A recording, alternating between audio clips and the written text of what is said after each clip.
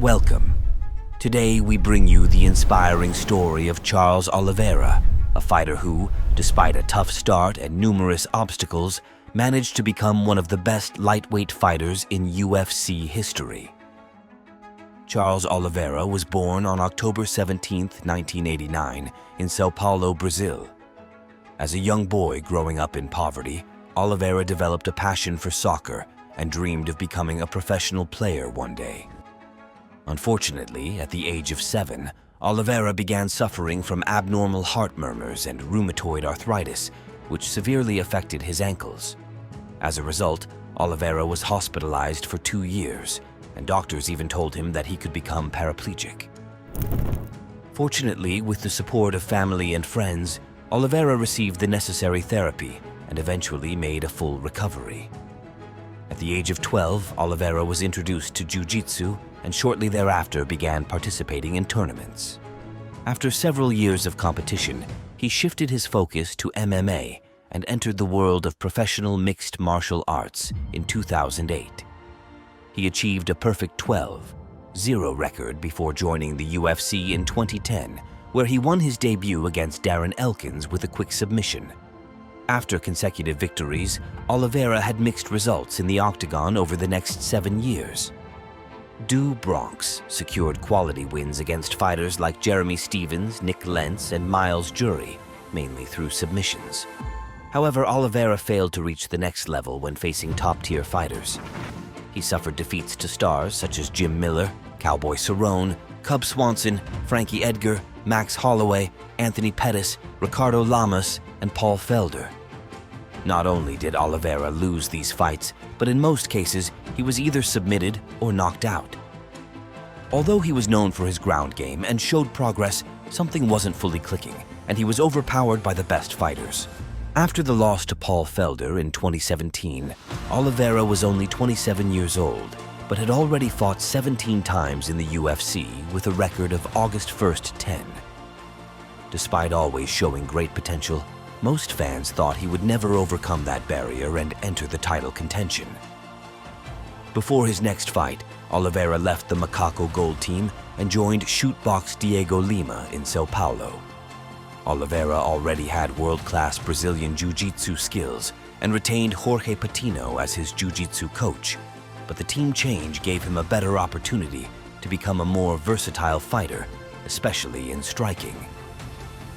Oliveira's renaissance began when he accepted a short-notice fight against Clay Guida at UFC 225. Du Bronx submitted the veteran Guida with a choke in the first round, earning a Performance of the Night bonus. A few months later, he won against Christos Giagos with a second-round choke, earning another Performance of the Night bonus and breaking Royce Gracie's record for the most submission victories in the UFC. Oliveira quietly amassed 11 submission victories in his 8-year UFC career, and fans finally began to notice his talent. With renewed confidence and a more balanced approach to MMA, Oliveira avenged a previous loss to Jim Miller by defeating him with a rear-naked choke in the first round. This victory earned him his 7th Performance of the Night bonus. Oliveira continued to rack up wins, including an impressive victory over David Tamer, where he showed a new level of striking before locking in an anaconda choke. These victories led to a new 5-year contract with the UFC, and Oliveira continued his incredible renaissance. The first fight under his new contract was against Nick Lentz, this time in a trilogy to finally settle their rivalry.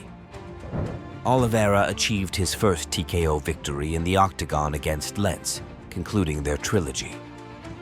After winning 5 consecutive fights, Oliveira wanted to maintain his momentum and accepted a short-notice fight against Jared Gordon. This time, Oliveira scored a clean knockout against Gordon, his first true KO in his UFC career. It was clear that Oliveira's striking had significantly improved, and he was finally emerging as a potential contender. Next for Oliveira was a showdown with Kevin Lee, a former interim title challenger. Defeating Lee with a third-round choke, Oliveira showed that he was on a different level. The victory also extended his streak of finishing opponents to 7 consecutive fights, tying a UFC record. Oliveira got the biggest fight of his career to that point against Tony Ferguson, who was coming off a loss to Justin Gaethje after previously winning 12 fights in a row.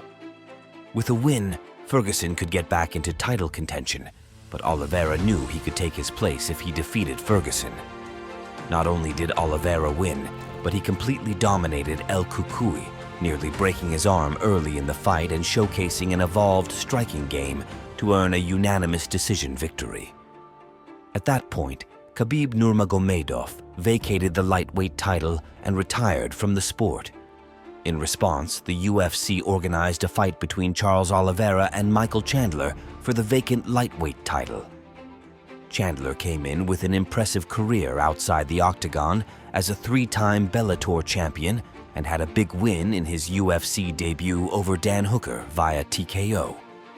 Chandler came out strong against Oliveira, knocking him down with powerful punches in the first round. Oliveira survived the round, but things didn't look good for him.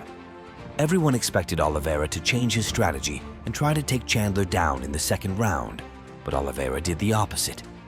He went straight at Chandler at the beginning of the round and overwhelmed him with strikes, securing a TKO in the second round and becoming the undisputed UFC lightweight champion. It took 28 fights in the UFC, but Charles Oliveira finally became the king of the lightweight division. As all fight fans know, it's one thing to win the title, but it's another to defend it. In December 2021, Oliveira was set to defend his belt for the first time against Dustin Poirier, who had just secured 2 consecutive wins over Conor McGregor. Similar to the Chandler fight, Oliveira was knocked down early by Poirier, but again overcame adversity by locking in a rear naked choke and retaining his title. The victory over Poirier earned Oliveira his 12th performance of the night bonus, securing another UFC record.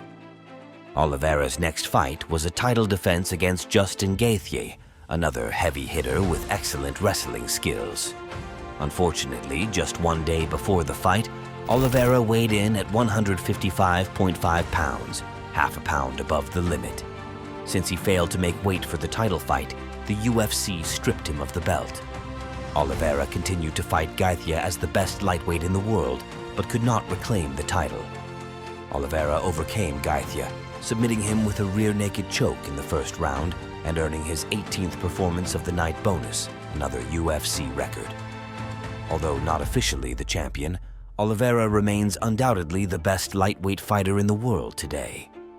Charles Oliveira is proof that, regardless of obstacles, with enough effort and dedication, you can achieve your dreams. Thank you for watching this inspiring story. If you enjoyed the video, leave a like and subscribe for more incredible stories. See you in the next video.